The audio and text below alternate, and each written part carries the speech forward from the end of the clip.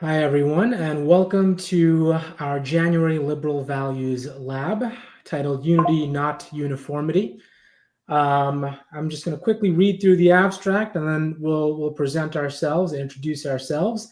The introduction, the description of our conversation today is in an era marked by a deep ideological divide. Myself, Nafees Alam, and Erec Smith co-facilitate a groundbreaking lab to chart new territories in the quest for national unity. Participants are invited to delve into various theoretical and practical strategies to foster societal cohesion amidst diverse thought and political beliefs.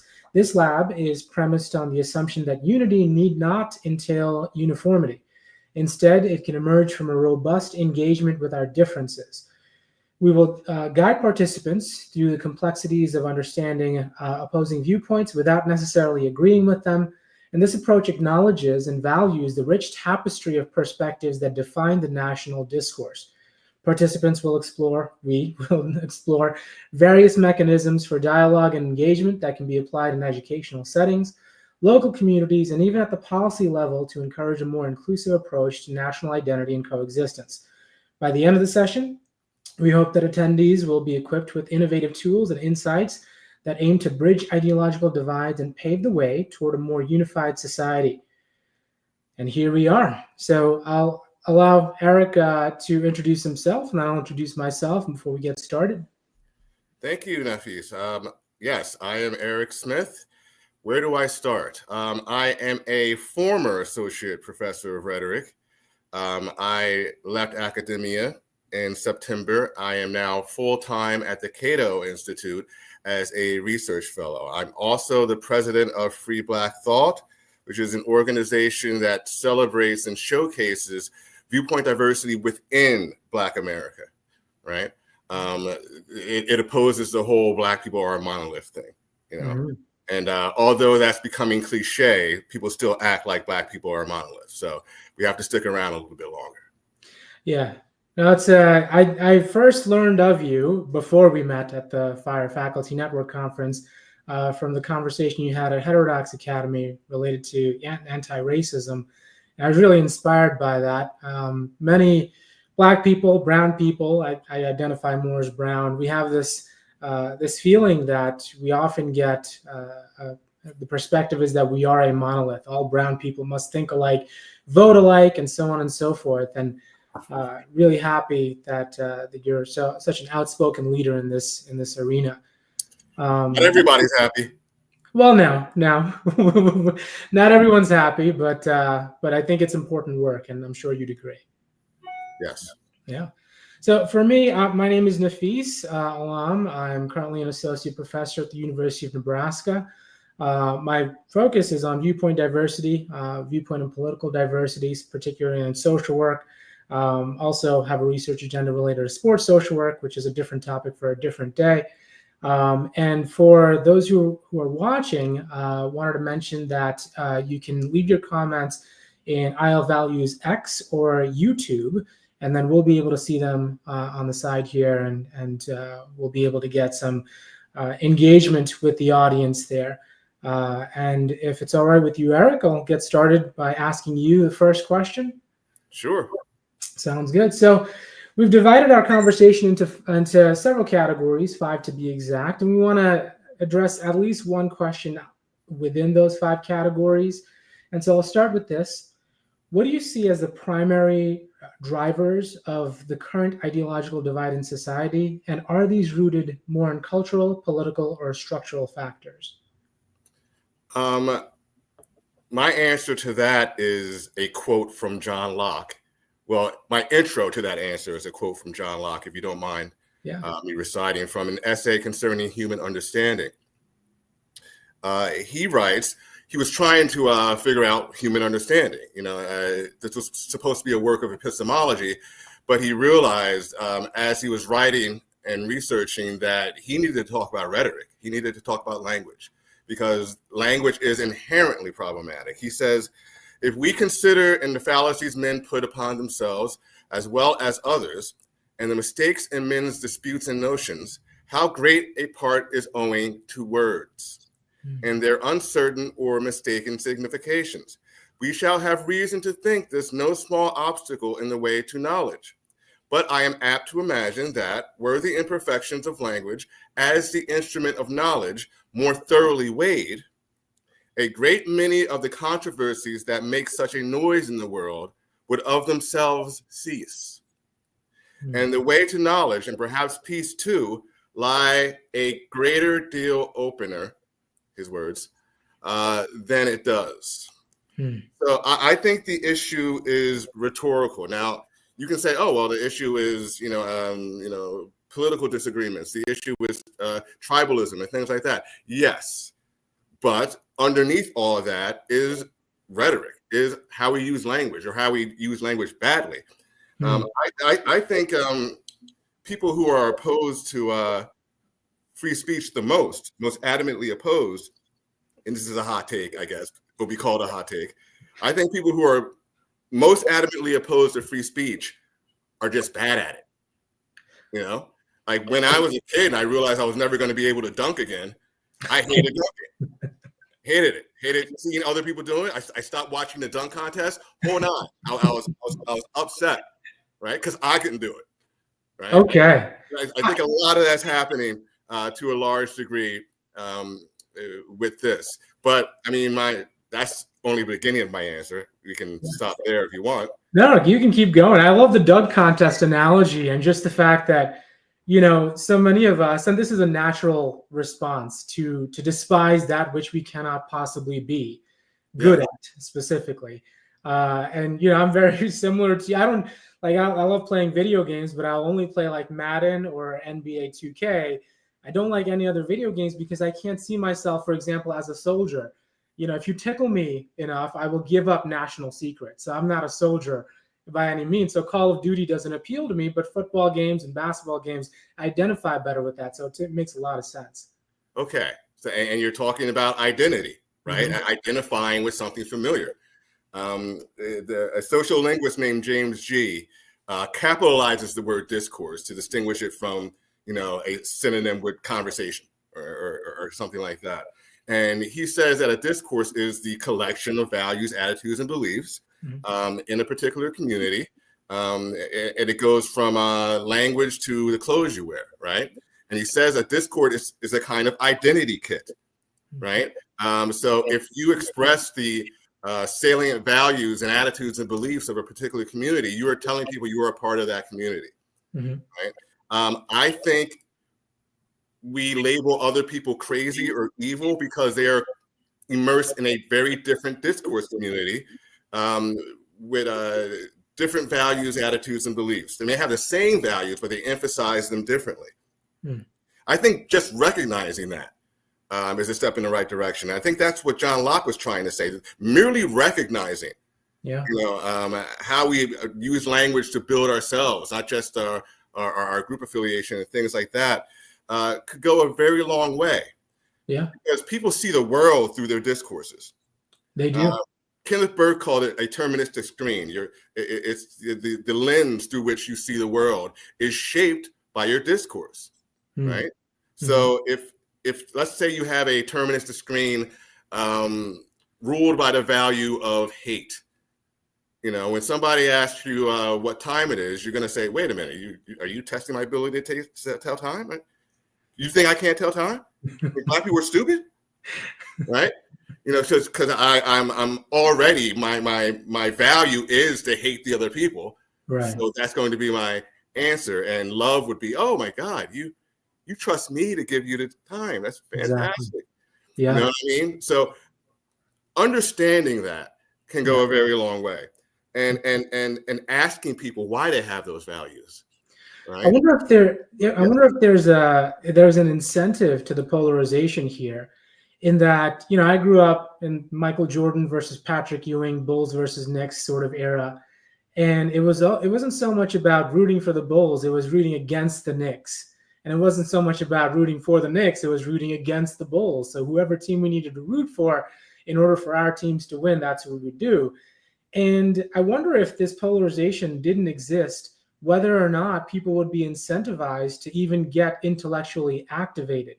maybe, there's a pro and con here too, right? And I wonder if the pro of incentivizing polarization is that people are hyper aware, maybe with misinformation or disinformation, but still hyper aware nevertheless, to get activated to do something or attempt to do something. Whereas if we weren't as polarized a nation as we are now, maybe we would be more generally ambivalent. Yes, I have to say that's very true. When I hear things like that, and I don't think this is pie in the sky thinking at all. When I hear things like that, I think about moral foundations theory and Jonathan Haidt and the stuff he talks about in The Righteous Mind. And I think about the fact that we all share these values, but we emphasize them differently, right? We all care about our children. But to me, caring about my children is banning certain books at a certain age. And for you, caring about your children is having them explore whatever they want and things like that. We have two different ideas of that, but we can agree that caring for our children is important to us, right? Yeah. I think that kind of thing is necessary right now. And it doesn't have to be, this doesn't have to be an aspect of civil discourse just yet. This has to be modeled. Yeah. I think two people have to model that, bridging and talking across differences and things like that and finding that common ground. Yeah, that's true. And we need to incentivize finding that common ground rather than keeping us all divided and separated. I'll move on to the next question here for this lab. Again, for those watching, please feel free to leave your comments in IL Values X or IL Values YouTube. What practical strategies can individuals use to engage with those who hold opposing viewpoints without escalating conflict, would you say? That's simple. Stasis theory. Yeah. And we can go back to antiquity, Isocrates, Cicero, Greek and Roman philosophy, respectively. Stasis theory is making sure we're on the same page, right? It's a version of active listening. And I'll explain that a little bit momentarily. But first, stasis theory. The four main questions of stasis theory is, what are the facts, right? How are we defining our terms? What is the quality of the situation? And what do we do, right? So if we disagree on the facts, we have to stop there and have that conversation. Can't go to, hey, this is what we need to do, or this is the quality of the situation, or something like that. That has to be established first. We can establish that. If we can agree on that, we can move on to definitions. Are we defining words the same? If we're not, we have to have that conversation. Your version of racism is not my version of racism. Let's choose a different word for my version so that we can move on and have this conversation, right? Things like that. When you can do facts and definition, you can move to quality, right? And quality means, like, is this a big deal, right? Okay, there's a disparity in college enrollments and things like that. Is that something that we should be up in arms about, or is it like, which one is it? And can we decide that, right? Yeah. And when we get through all that, we land on the final question of stasis, which is about action, right? Now that we know all this stuff, what do we do about it, right? Because ultimately, we're not just here navel gazing, talking to ourselves and things like that. We want to get something done in the world, right? So establishing those things before we get deep into a conversation is what we need to do. Because if we're talking to each other and we're defining the same word differently, we're talking past each other. We may not even realize the entire conversation. Yeah. So that needs to be established first before we get into things. A great example of that is a recent conversation that I had with another academic who, I was using man and he was using male. And, they mean two different things. Maybe historically they haven't, but in 2025, they mean two different things. And we had to get on the same page as to what we were meaning by man and male before we were able to move forward with that conversation. So 100%, there's a lot of words that are so close in definition to one another that we don't notice the subtle differences, and we use them in such a way that we think everybody else shares our definition of those words. Yes, I just quoted Locke. He talks about the same thing. He calls them mixed modes, right? They're, one term, various different kinds of meanings depending on who you are, or your interest, or something like that. Language is a mess. That's why we have to stop and acknowledge that it's a mess and figure out how we can clean it up a little bit before we even jump into the conversation. Yeah, it's 100% true. I wonder if there's also value in, this is something that I do in my classes, and I try to write about it as much as I possibly can, is the idea of putting yourself in your opposition's shoes. And in class, it's sort of a simple, exercise of what is your point of view, and now make compelling arguments to opposing and conflicting points of view. And that can potentially humanize the opposition, maybe even empower the opposition. So this way you can respect the idea that not everyone thinks the same way as you do. I have a little bit of a hot take too, just since you've gotten the ball rolling there. I don't think that people understand truly what they are talking about until they understand opposing and conflicting viewpoints. If you believe that X candidate is the best candidate ever and everyone should vote for that candidate, and there's literally no reason to vote for any other candidate, you don't know your own candidate. You don't know your own, position in society if you think that yours is the best and all other positions must be the worst.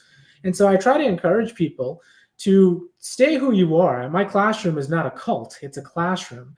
And so our goal is to understand different viewpoints and understand the validity and credibility of all of these different viewpoints without having to change who we are. And I wonder if we've lost track of the ability to do that over time. Well, what I just described, stasis theory can help with that, but that's a simpler concept of active listening.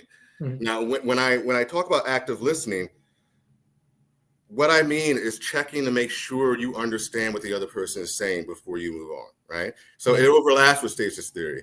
But, when you finish talking or explaining yourself, I have to say something like, okay, so what I hear you saying is, yada, yada, yada. Is that correct? And until you say, yes, it is, we stay there, and we get down to the, the nuts and bolts of what you're trying to say. And then we move on. That is much more effective in my experience, in my opinion, than, just ignoring the other side or already thinking who and what the other side is. Yeah. Right? We come in, I already know who you are because of what you're wearing or the beer you're drinking, right? Yeah. Or the shirt you're wearing or something like that, right? Yeah. So I'm going to already project that onto you, and now that's who you are. So everything I hear is through that filter, right? Yeah. We have to stop doing that. We have to enter into conversations with curiosity, right? I'm going to learn who this person is right now. Right? I'm not going to, project anything onto this person. I want to hear what this person has to say, and through stasis or, active listening or something like that, maybe we can get somewhere. Yeah, and hopefully that's a strategy that that viewers can take with them in their everyday lives. We have a comment here, and we can cover that. At a national level, what can a government do, if anything, to incentivize these ideas to depolarize? Are there policies that can better encourage these ideas like curiosity? I think we need to make debate cool again, right? If I'm not mistaken, I've been told this at a conference about debate, that there are some schools that give scholarships for the debate team, right? Yeah, let's keep doing that. I like I said earlier, I think the people who are most opposed to free speech are just bad at it, right? So let's get them good at it, right? Yeah. Let's give them that defensive competence. Let's give them the comfort and adaptation, right? Changing how you're going to say something, not what you're going to say, based on different audiences and things like that. Obviously, listening, forgiveness to a large extent. The Hannah Arendt forgiveness, not the Kumbaya forgiveness. It's just, it's in order for us to get somewhere, I have to let that you just said something that offends me go a little bit. I can talk about it, I can say, hey, that offended me, but the conversation doesn't stop. Yeah. Right. So that kind of forgiveness. Yeah. Things like this are imperative. But my initial response was debate team. Yeah. Yes. No, that's a great idea. I think, this particular younger generations tend to interact with each other so minimally that I don't know what debate teams will be looking like in the next 5 to 10 years. And, Right. Jonathan Haidt writes about that too in his new book, about just like how much isolation and separation there is because of cell phones and technology and all that good stuff. Yeah, he hates that good stuff. He does. He Really does. does. I mean, I So, can't blame him at all. yeah, me neither. Me neither. I'll move on to the next question here. In educational settings, how can teachers and administrators create spaces where students feel safe to express diverse perspectives? Are there any specific frameworks you would recommend?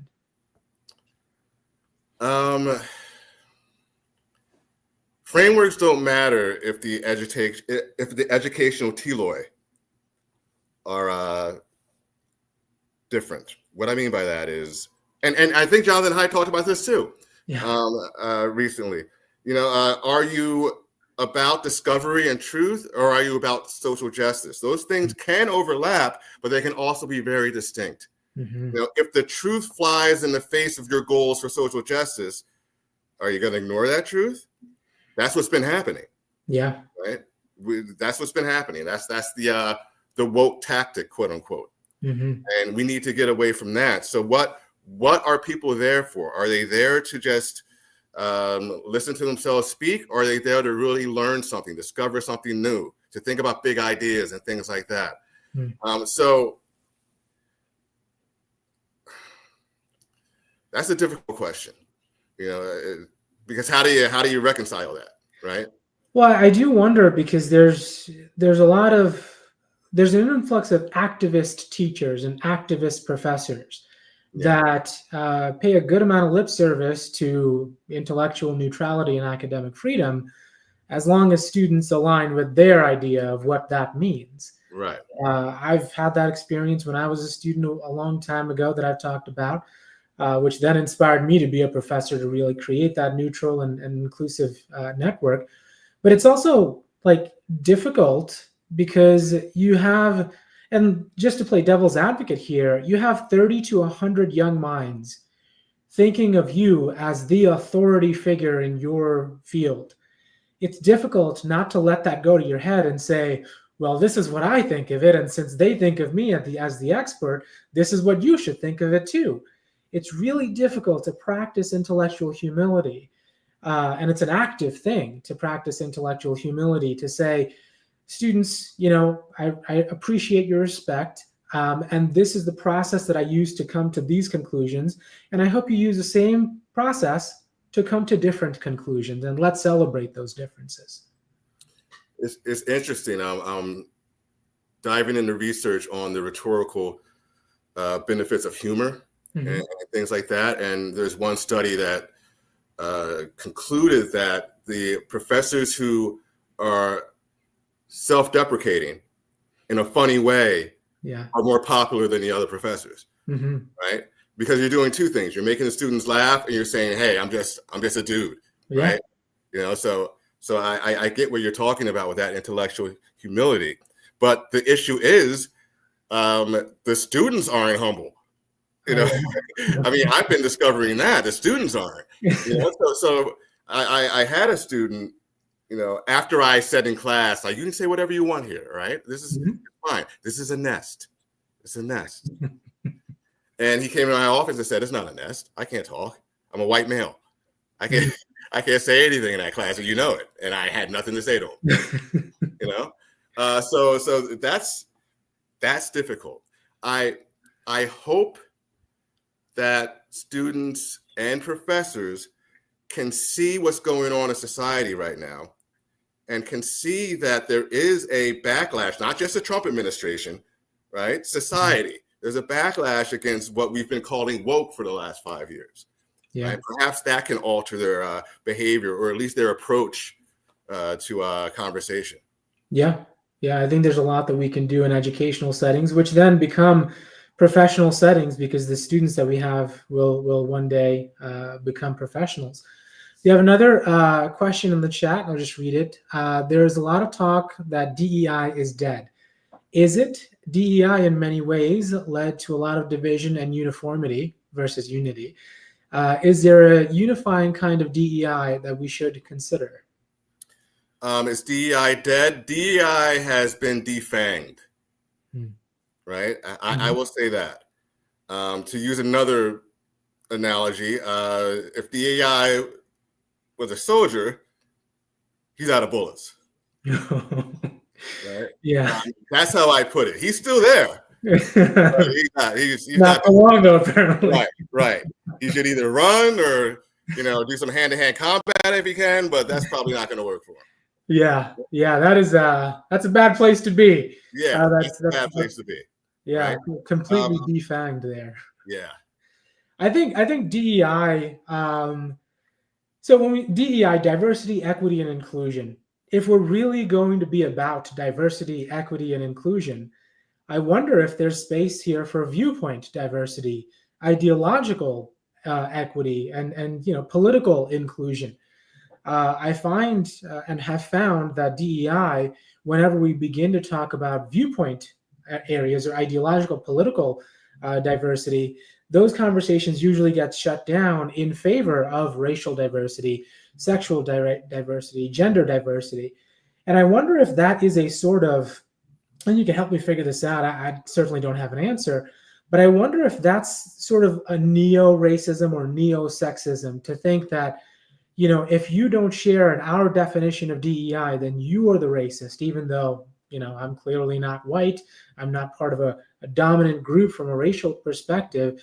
But if I have an idea that differs from the prescription that I've had and that you've had as well, as you've spoken about, all of a sudden, like, that's not included. I wonder if DEI can evolve to include viewpoints and ideologies in politics. I think it can evolve, but by evolve, I mean go backwards, kind of, to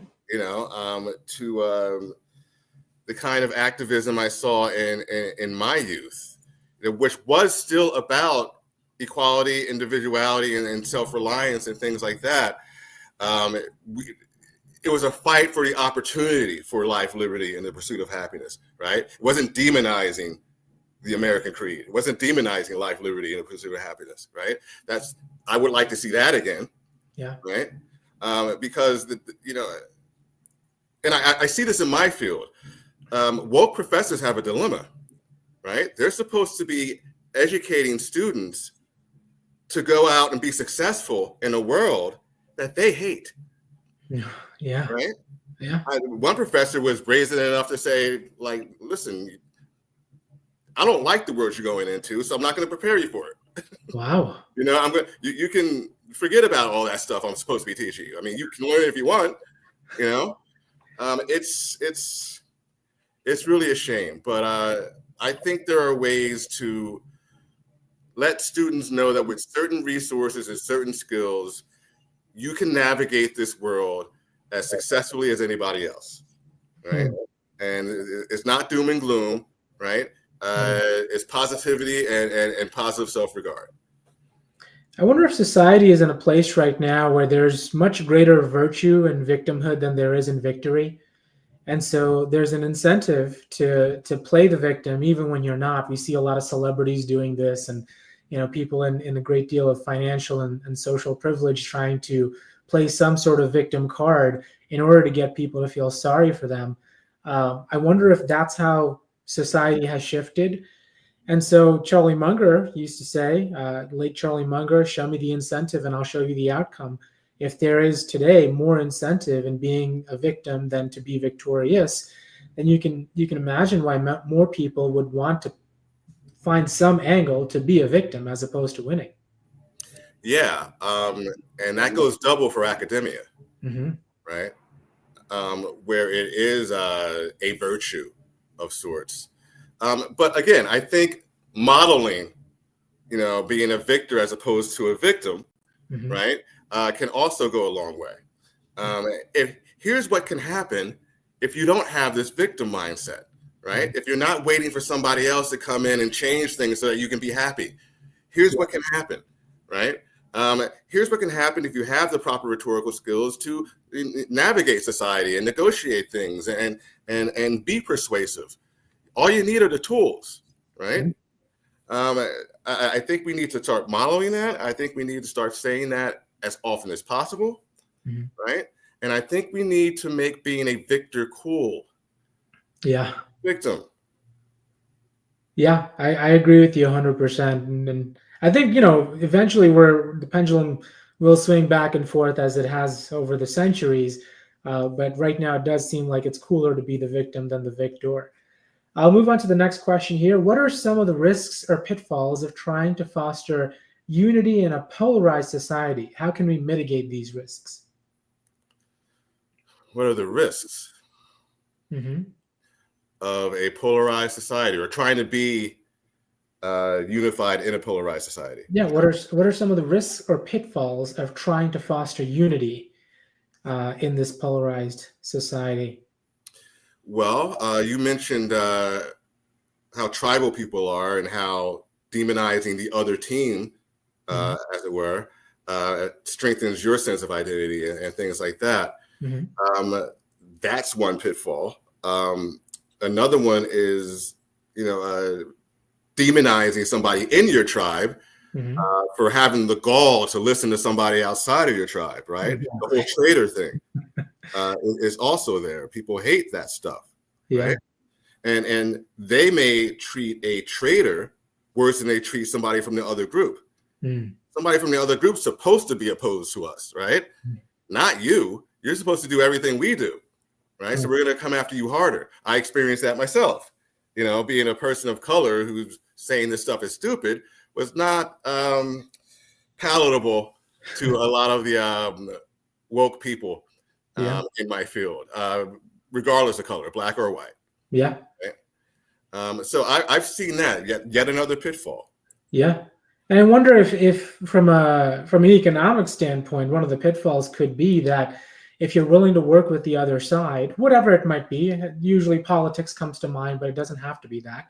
But if you're willing to work with the other side, you're humanizing the other side, thereby showing that you and the other side, quote unquote, are on equal footing. And thus, it's not a hot enough topic for me to have a bold opinion on anymore. If there is a lot of unity, and again, obviously, we wouldn't be here if we didn't at least perceive unity to be valuable in some sort of way. But there are risks to that. If we're so unified, then maybe nothing gets us intellectually excited enough to get activated to have progress anymore. So that could be a potential pitfall. Yeah, that makes sense. The sociologist Mustafa Sharif, he's famous for that experiment he did with two groups of kids, the Rattlers and the Eagles, and he was testing their ability to become tribal and what happens if they're left alone to do that, right? Kind of Lord of the Flies. He talks about superordinate goals, and which is, when you have a goal, but you cannot fulfill it yourself, you need help.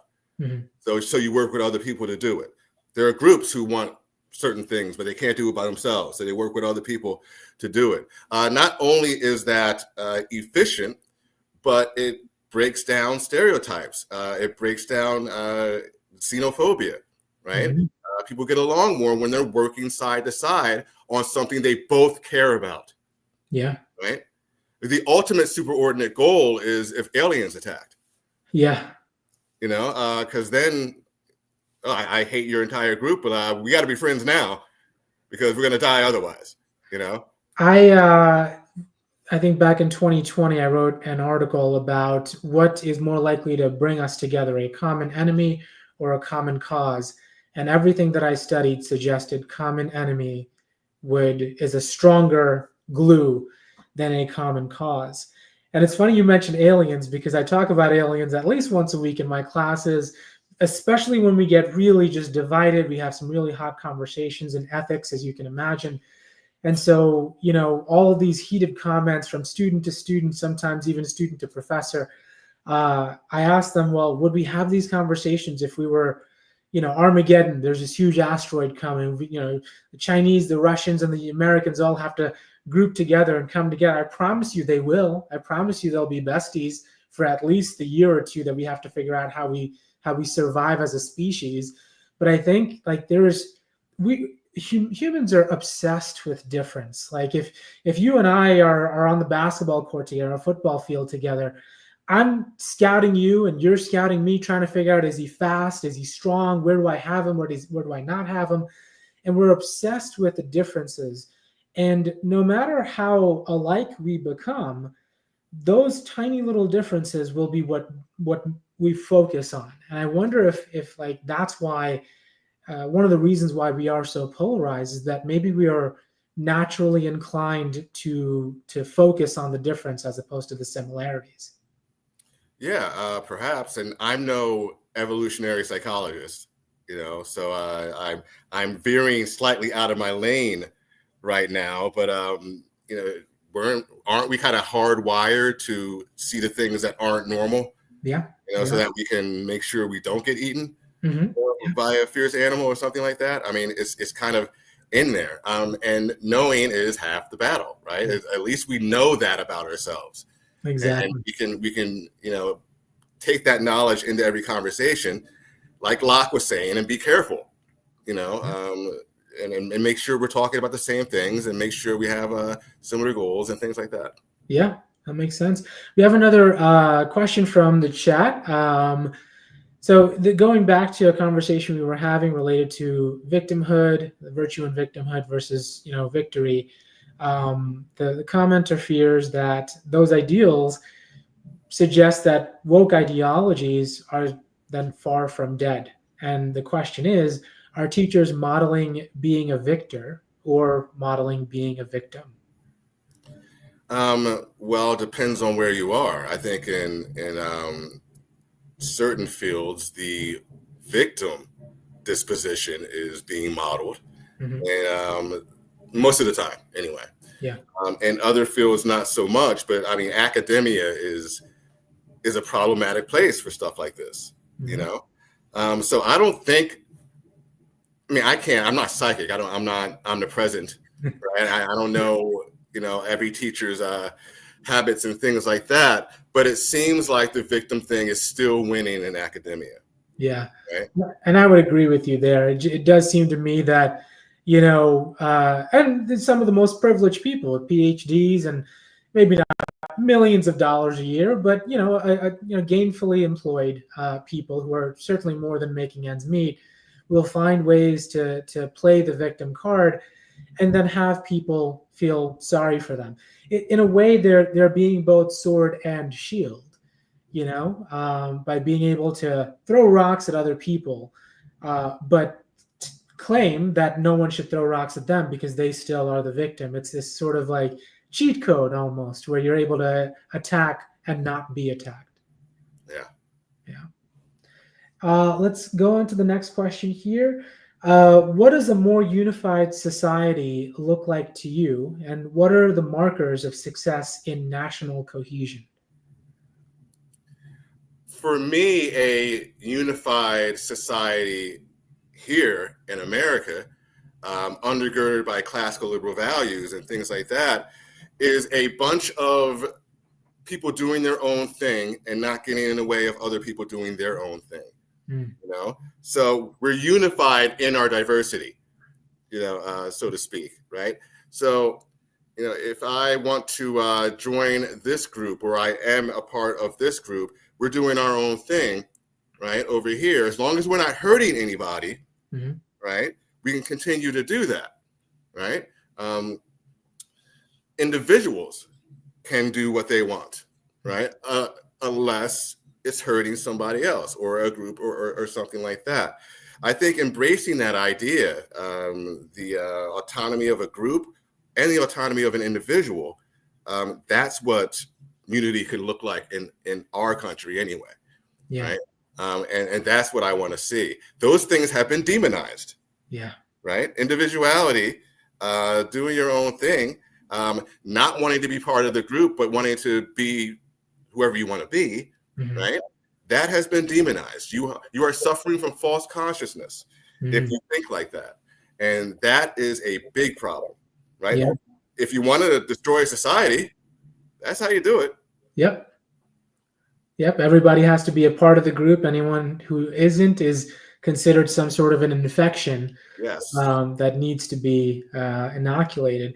I think, it's so a unified society to me, I agree with you 100%, is the ability to be in a group of difference where we're able to come together and understand what the tasks are, but approach everything with diverse viewpoints. I think this is an area where I really want to sort of talk about how like everything then becomes hate speech, and thus hate speech is banned. And now for the greater good, what does the greater good exactly, mean exactly? Right. A lot of people think that it's like we have to be nice to one another, we have to create safe spaces, and I've gone on record as saying the safest conversation we can have is silence. And it seems that people aren't too upset by that. As long as you're silent and you act like a good group member and you're not, the squeaky wheel, then you're fine. And I wonder who's benefiting from that. And I challenge that it's beneficial to humanity as a whole. But certainly from a group dynamic standpoint, and particularly in relation to systems theory, for example, where the idea is that, the better cohesion there is within groups, and less people who are in conflict with that system, the better the system would run. It's not very human centric. It's machine centric. You can get a machine to run on systems theory quite well.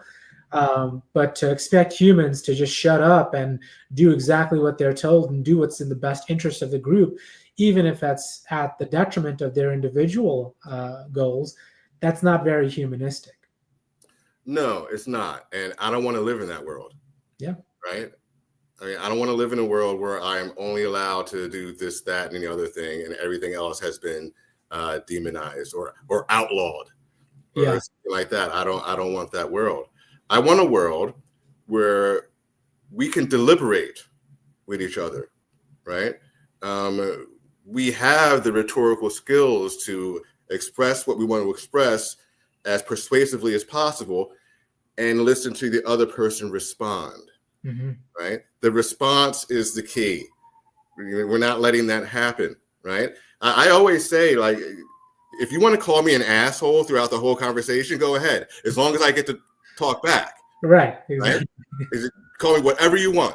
Yeah. Right? And that's how important I think it is. But people are not doing that. They're very out of practice.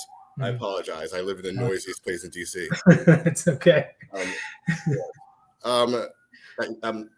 I forgot what I was saying now, because there's a guy with a drum outside the window. Oh, is there? Okay. My life. Yeah. This is but anyway, selling your ideas in the marketplace, right? Being skilled and putting forth our ideas, what we want, and seeing what happens.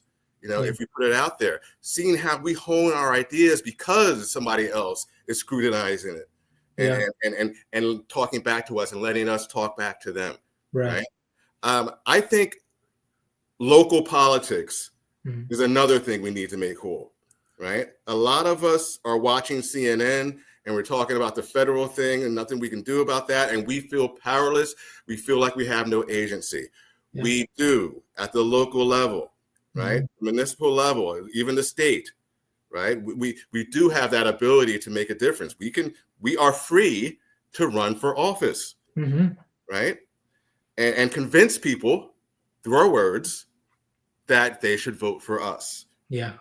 Right? And then have the true classical deliberation, right? Meaning I'm standing on a stage and telling people, here's what we need to do, for the best advantage, right? For what's best for our society and things like that, or our town and things like that. I think that is an opportunity that we are wasting. Yeah. And I think if we did it more, a lot of other things would fall into place. Yeah, 100%. You have a comment where I approve of Erec's views on these things. So I'm sure you're very used to a lot of people, celebrating your work. You're very well known in this arena, and Yeah, and it says, same commenter says, as to groups and individuals, groups per se cannot have interests. People demanding that others put the interests of the group ahead of their own interests are usually demanding that people subordinate their interests to the disguised interests of those claiming to promote the supposed interests of the group. That is true. It's that silent, malicious leader who is able to get people on their side and then pretend as though the entire group thinks a certain way where there's a great deal of diversity there. This is true for education. This is true for any field too, is that while many fields are that, like social work, my field, is thought to be very left-leaning, there are plenty of people who are extremely right-leaning, who are very good social work professors and practitioners, but the larger majority of the group seems to speak for everybody else. And maybe that's right, maybe that's wrong. What is definitely wrong is to assume that just because most people of a particular group think a certain thing, then that must mean all people within that group must think that thing as well. And nothing could be further from the truth there. Right. Yeah, and commenter continues saying people often confuse the false idea that groups per se have interest with the true idea that each individual's goal can better be achieved by cooperation among people. Can often be achieved. A couple more questions to get through. I'm really curious to hear your thoughts. Since you brought up Jonathan Haidt, really enjoy his work. I know him personally as well. Related to social media, do you think social media is more of a barrier or a tool for fostering understanding and unity? And how can we use it to more effectively for this purpose? I hate social media. Yeah. Yes, I'm on Twitter because I have to be. I mean, I can tolerate LinkedIn. Yeah. But I'm not a big fan of social media. There's the disinhibition, right? And there's a theorist named Jonathan Suler who's written about this for a while now. The disinhibition, oh, I'm anonymous here, or you can't see me, or you don't know that my name isn't really Steve or whatever, right? Yeah. That emboldens people to do things that they wouldn't do otherwise, right? It's also it lends to dishonesty in a lot of ways, right? You can be arguing with somebody on social media and they say something, they don't see you Googling a better answer, Right. So you can, so it's phony in that sense too. Yeah. I think social media is best as kind of like a bulletin, announcing things like, say, this event, putting things out there, not necessarily to engage in a back and forth, but just to, hey, this is my idea. You guys can comment on it, right? And this may sound hypocritical since Free Black Thought has a very active Twitter space, right? And maybe I am, but my ideal anyway, is for social media to just be like a clearinghouse kind of thing, And if you want to know what I really think, let's talk in person. Let's have a Zoom meeting or a Zoom debate, or something like that. I would talk to anybody in person, right? I am very hesitant to do it online because it's not good for a real robust and profound debate on something. It just isn't. Well, social media is all about mic drop moments. No one's really trying to have a good conversation and learn from one another. They're trying to get the ratio, right? Oh, this is the comment that I left. It got the most upvotes, and I totally owned this person. And my question is, okay, what did you own? Like you Google the answer. This isn't your genuine thought. And you're getting ratioed. You're getting your 15 seconds of fame. But tomorrow everyone's going to forget about it. So what have we really achieved? So social media just creates that artificial priority that's just not realistic. Yeah, and people, there are people in my field. When I initially got attacked for not being sufficiently woke, right, on a listserv, one of the people commented, his Twitter only has 6 followers. Why is that important? Are you 12? Why is that important? And I mean, now it's got like 15,000. Yeah. Right? But at the time, I didn't care about Twitter. Yeah. And I wasn't trying to get out there. And that was his argument. As if you're not sharing enough cat memes, right? So like that. So and this is a rhetorician, yeah. right? Experts at communication. Yeah. Exactly, 100%. We have a comment here as well. How much does technology and social media play into the divisions we see? We are hardwired to be tribal and need to engage in activities like debate that help us to overcome these instincts. But does our current tech environment fuel tribalism to innovate our better angels? Well, there's definitely a siloing going on, right? Mhm. Which is easy to do on social media. That's another thing, Mhm. right? It's very easy to only hear opinions that you like, right? Yeah.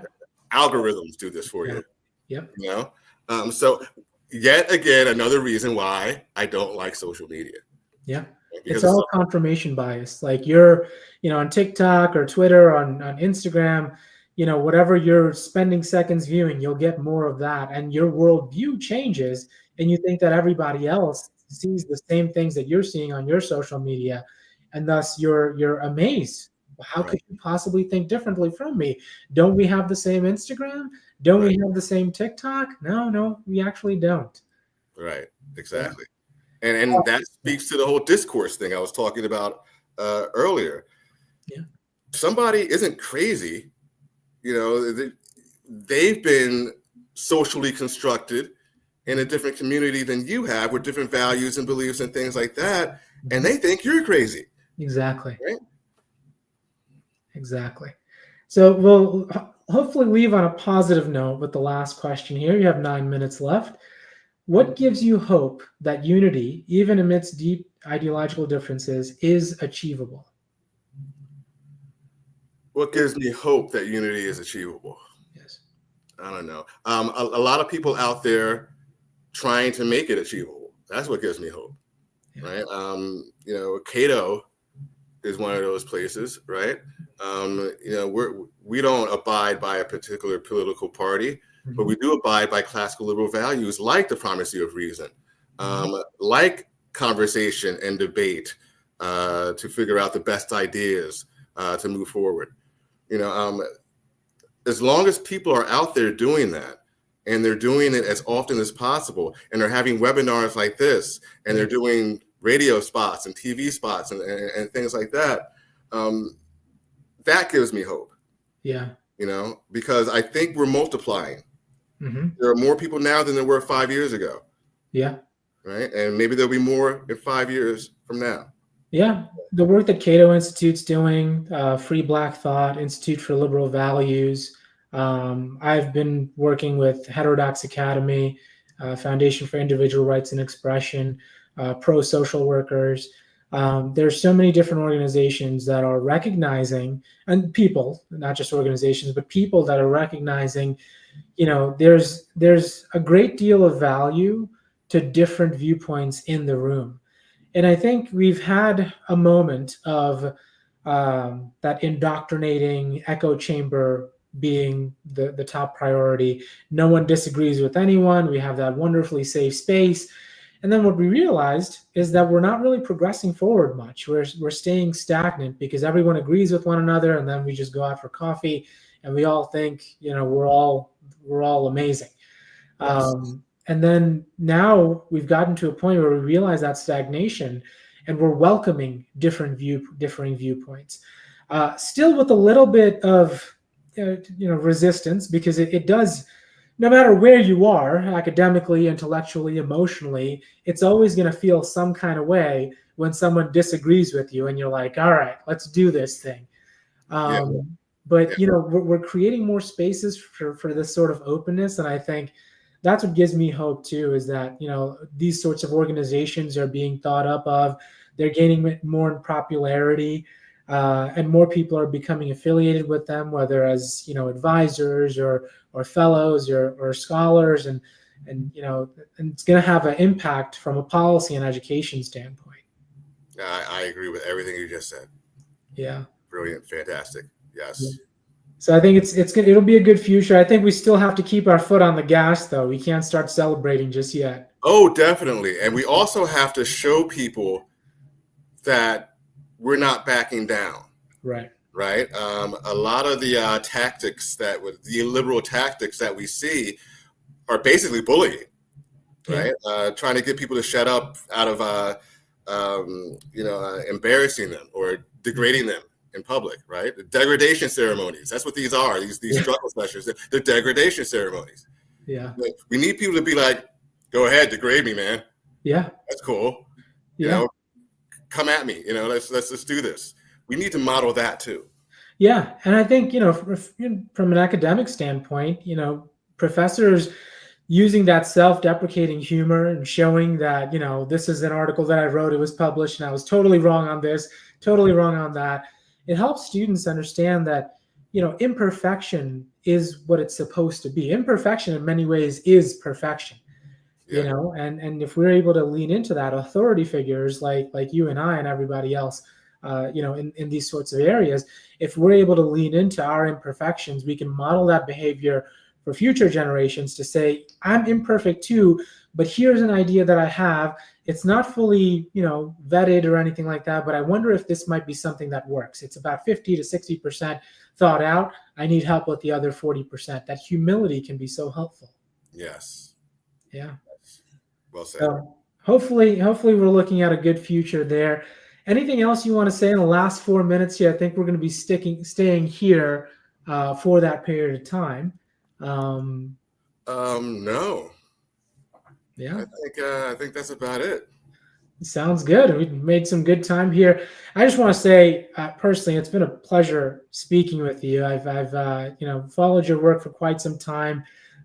You're a leader in more ways than you probably know.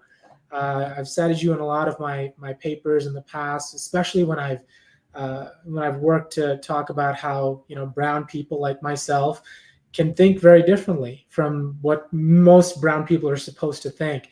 So you've really paved the way in that sense, and in many other senses as well. Even though we only met at the Fire Faculty Network Conference, you didn't know me, but I know you from before.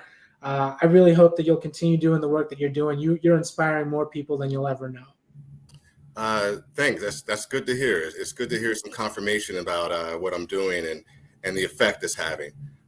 So thank you for saying that. And also, sincerely, I am happy to have met you. And I felt that way at the Fire Conference in October or November, whenever it was. Yeah. Right. Last fall. Yes. Right? I felt that way then, and I've been, because we were doing this event, I looked into you as well, and hey, I'm happy to know you. Yeah, same here. Hopefully we can keep this conversation going. I'm sure there's a lot of things that we're going to be talking about over the coming years and decades, so I look forward to continuing our work together. Likewise. All right, and for viewers, thank you for joining us. Really appreciate you, and thank you.